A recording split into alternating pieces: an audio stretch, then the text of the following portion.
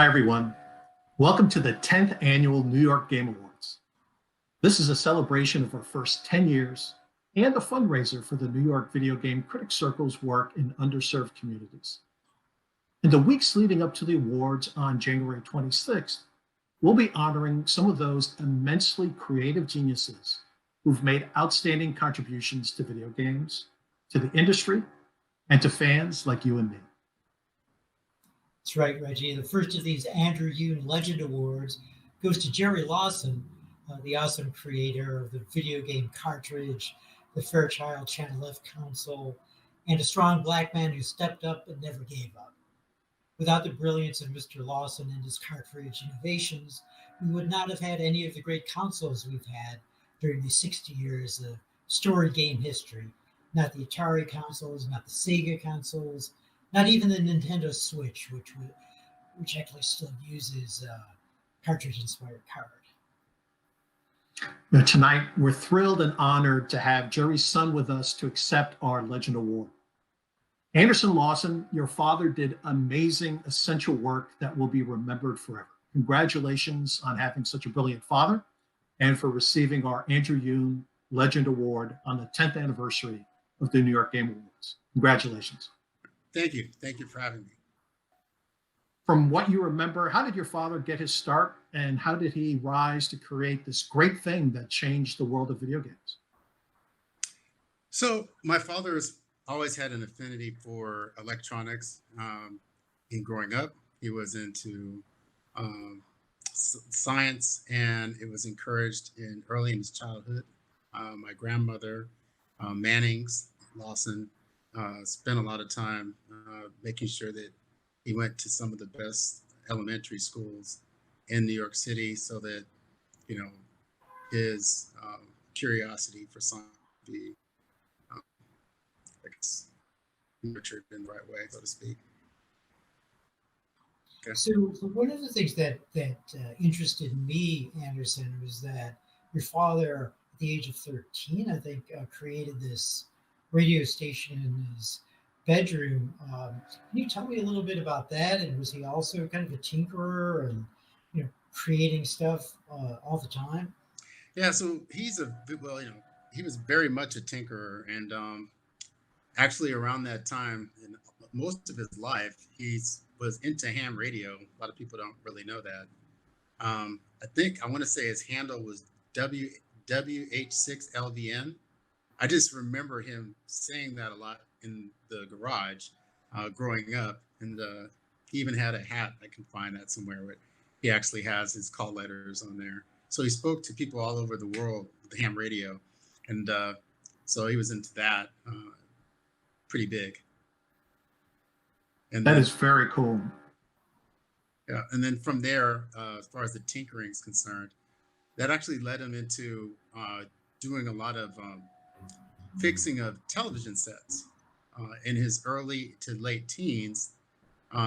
That's kind of how he would make money, would be by fixing people's televisions. And he was even looking to early on start a repair business doing that. So that's like something a lot of people don't know. That's great. From what you remember, Anderson, who were your father's inspirations? I know and this is just from hearing this, obviously I wasn't there, but when he was a child, George Washington Carver was somebody he was aspired to be like. He wanted to make a difference and he wanted to be a scientist of some type, right? My great-grandfather wanted to be a physicist, but couldn't do that because of some of the racial disparities at the time. And so he ended up being a mailman, which is, that's not, it's a far stretch, right, from being some type of physics professor. But, as long as he could remember, and he always talks about, he just wanted to be, more than just, a person that he wanted to make a difference, I guess, for the lack of a better term. He spent his life in electronics, and he really had a love for it. So he would do it for free, I guess is what I'm trying to say. It wasn't for money, it wasn't for career. It was who he was, and it was all day, every day. Well, it was great. That's great to hear that when you find something you love, it doesn't feel like work, And Right. but he was also involved, Mr. Lawson, in the homebrew computer club along with some other geniuses like Steve Jobs. And I wonder if you can tell me what that was like for him, and also there he was one of two black men in the club, and I wonder if you felt that there should have been more people of color, or he felt there should have been more people of color in the club when he talked about it. Well, when talking about that, I think that from his perspective, he would, always wanted African Americans in general to be more interested in science, I think. And a lot of times people, you know, growing up weren't in his time for whatever reasons. He used to balk at sports a lot because he felt like, you know, there's a lot more to life than that, right? And people put a lot of, what if they say, stock into being an athlete. Not that there's anything wrong with it, but he felt like that very same person could be a great scientist if he applied himself, right?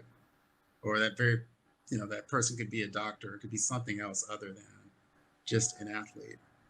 So as far as that homebrew computing club is concerned, I think that, he would have liked for it to be, a little more diverse, but it's what he, I guess, would expect for that time, right?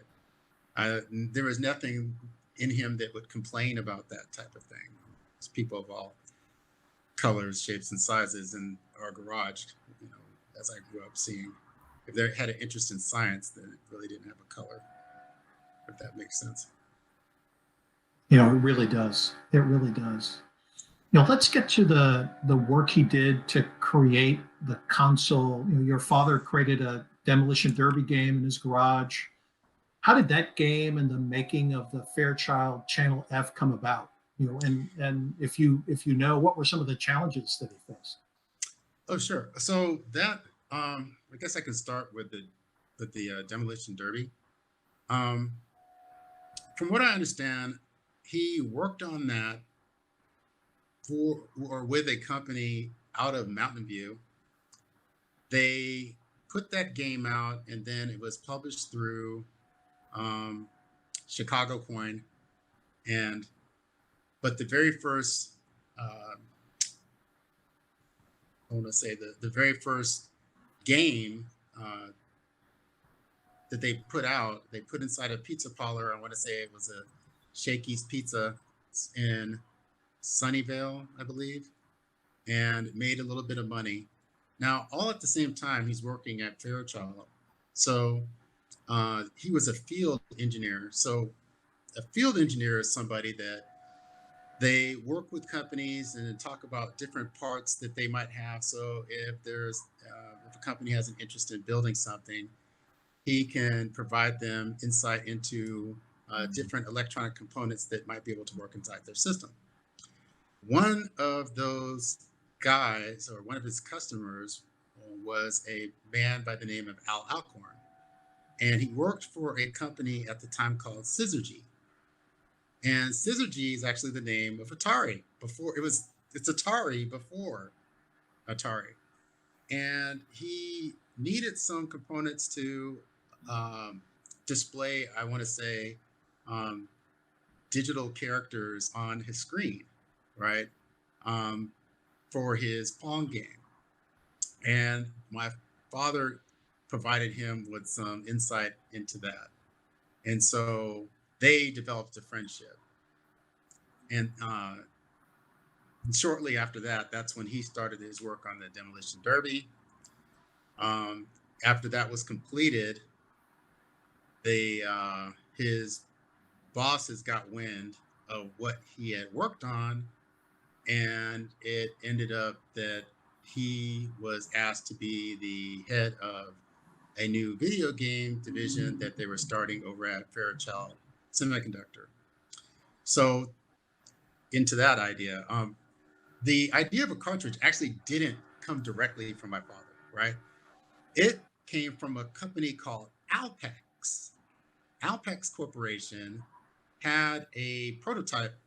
I want to say they were in Connecticut, and they had some ideas on how to come up or have a system that interchanged cartridges. Um, it was a rather crude prototype, and they wanted to uh, commercialize it. Right? How do we get this to market? It's a very I don't want to say it's easy to make a prototype. I'm working on one as we speak, right? But taking something from a prototype situation and then to a commercial product is a very, very challenging task. So my father worked with a couple of gentlemen from Alpex to use the channel F microprocessor to create this new system. Right. So that's the beginnings of the entire idea there, right? And the original prototype consisted of blocks that they used with I want to say it was a 25 pin connector to connect the different game modules. So there wasn't like a zero insertion force type of plug-in cartridge situation. There were no joysticks. They actually had keyboards, right? So my father actually came up with the idea of a joystick for that console, and rather unique. It has 8 degrees of freedom, right? Up, down, north, south, east, west, twist to the right, and twist to the left, right? So I haven't seen anything like it to date, and I've played on a lot of systems. So it's a rather unique type of control.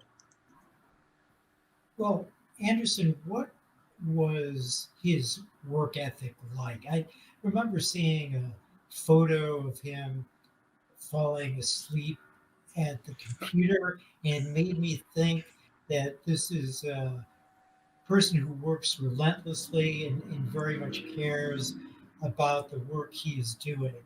And so, what was his work ethic like? So Harold, it's funny, we spoke earlier about, what he loved, right? So he loved electronics, right? So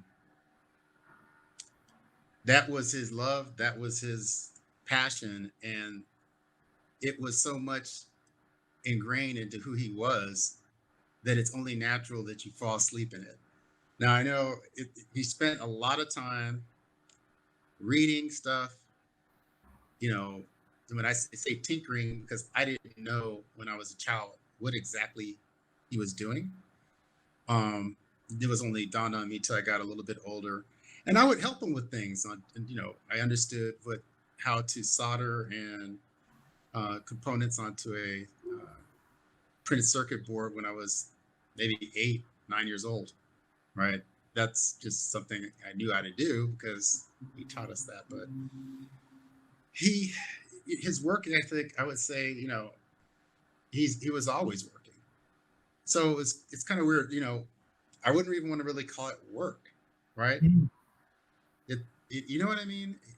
To me, work implies that you don't like what you're doing.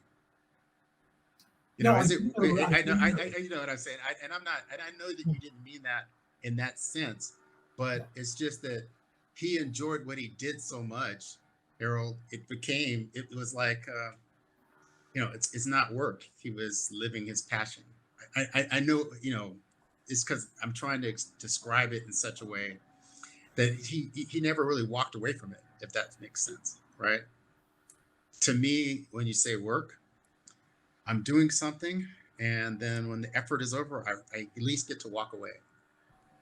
No, absolutely, and I think certainly as a writer, I feel like I enjoy it and I get in the zone, and that's how time passes. And I know the same with Reggie as well. That it's often doesn't feel like work. It just Right. feels like you're in another way, another state of being. You're doing what you were meant to do, right? And so when you're doing that, it's never work. Absolutely. That is so true. We've talked about a number of different things tonight.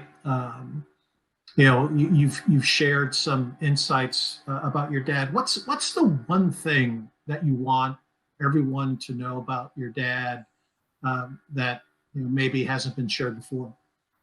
That's an interesting question. Um, Actually, people who know him, know that he was extremely funny, right? The man could tell a very good story. So if you spent any time around Jerry Lawson, you would know that he has a tremendously good sense of humor, and he watched a lot of comedy. Something that a lot of people wouldn't know about him. DL Hughley was one of his favorite comedians near the end of my father's life. He used to say, "Oh, I love that guy. It's funny, right?" He would watch Jerry Seinfeld. He'd watch stuff like that, but he would think it was hilarious. So that's something that's completely different, right? His sense of humor um, was pretty good. I spent many a day with him, getting some pretty good laughs. That's very cool. Great. That's very cool, Anderson. And I just wanted to thank you for coming on to the 10th Annual New York Game Awards to talk about your awesome dad and his enduring legacy, not only to the world of games, but to electronics and in making life a little easier and more fun for all of us. So thanks once again for being here and accepting the award. We'll get you the award very soon. And until then, thanks again for being with us. Thank you for having me, and I really enjoyed it. And again, it's an honor and a pleasure to be on here with both of you, Reggie and Harold. Thank you.